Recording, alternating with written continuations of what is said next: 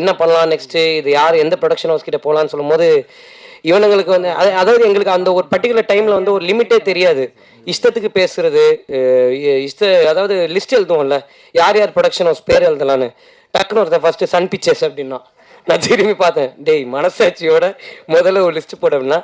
ஆனால் ஒரே ஒரு நல்ல விஷயம் இந்த யூத்ன்ற படம் எங்களுக்கு பண்ணதுன்னா, படம் நாங்கள் இன்றைக்கி ஒரு ப்ரொடக்ஷனில் பண்ணியிருக்கோம், இது நல்லபடியாக போயிருக்கு. ஆனால் இந்த படம் சன் பிக்சர்ஸுக்கிட்டேயும் நாங்கள் போய் கதைலாம் சொன்னோம், அவங்களும் எங்களை அப்ரிஷியேட் பண்ணாங்க. நாங்கள் நினச்ச ட்ரீம்ஸ் எல்லாம் எங்களுக்கு கடவுள் நடத்தி கொடுத்ததுக்கு நான் கடவுளுக்கு பெரிய நன்றி சொல்லிக்கிறேன். அந்த அம்மா முத்துன்றவர் தான் என் ஃப்ரெண்டு கருப்பையான ஒருத்தன் ப்ரொடியூஸ் பண்ண போகிறான், நீ அவன்கிட்ட போய் கதை சொல்லுன்னு சொன்னார். இன்றைக்கி அவர் இங்கே இல்லை, ஏன்னா அவருடைய பட வேலையில் அவர் பிஸியாக இருக்கார். ஆனால் அண்ணன், நீங்கள் எவ்வளோ பெரிய விஷயம் என் லைஃப்பில் பண்ணியிருக்கீங்கன்னு உங்களுக்கு தெரியாது. உங்களுக்கு சாவர வரைக்கும் நான் பெரிய நன்றியோடு இருப்பேன். ரொம்ப ரொம்ப ரொம்ப தேங்க்ஸ், இது எனக்கு ரொம்ப பெரிய விஷயம். தேங்க்யூண்ணா, தேங்க்யூ ஸோ மச். அண்ட் அடுத்தது, இந்த படத்தில் வந்து எனக்கு இருந்த என்னுடைய டெக்னீஷியன்ஸ், ஃபஸ்ட்டு நான் வந்து விக்கி அண்ணனுக்கு தான் பெரிய தேங்க் பண்ணணும்.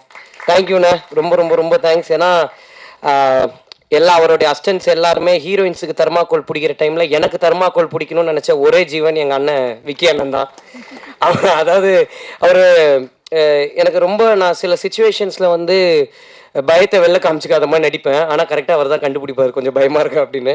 ஏன்னா நிறைய க்ரௌடு இருக்கும் ஷூட்டிங்கில், நிறைய விஷயம் நாங்கள் ஒரே நாளில் நிறைய சீன்ஸ் முடிக்கிற மாதிரி இருக்கும்.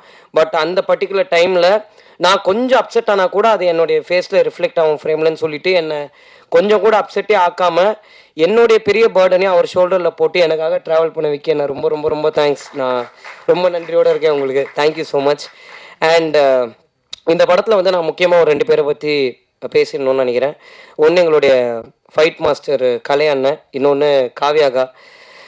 இந்த படத்துடைய ஷூட்டிங் ஆரம்பித்து எங்களுக்கு ஃபைட்டு போன டைமில் எங்களுக்கு ரொம்ப ரொம்ப படமே ரொம்ப டைட்டாக இருந்துச்சு.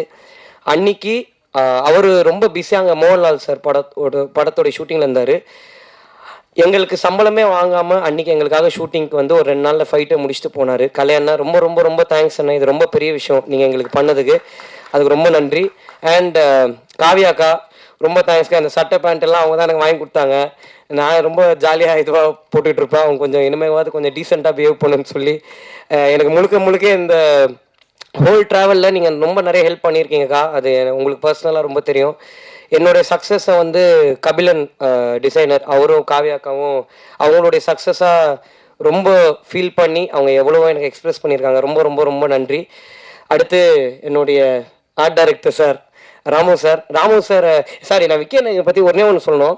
முதல்ல நான் விக்கி அண்ணனை மீட் பண்ணும்போது, விக்கி அண்ணன் எப்படின்னா கொஞ்சம் ரொம்ப பிரெயினியான ஆள்.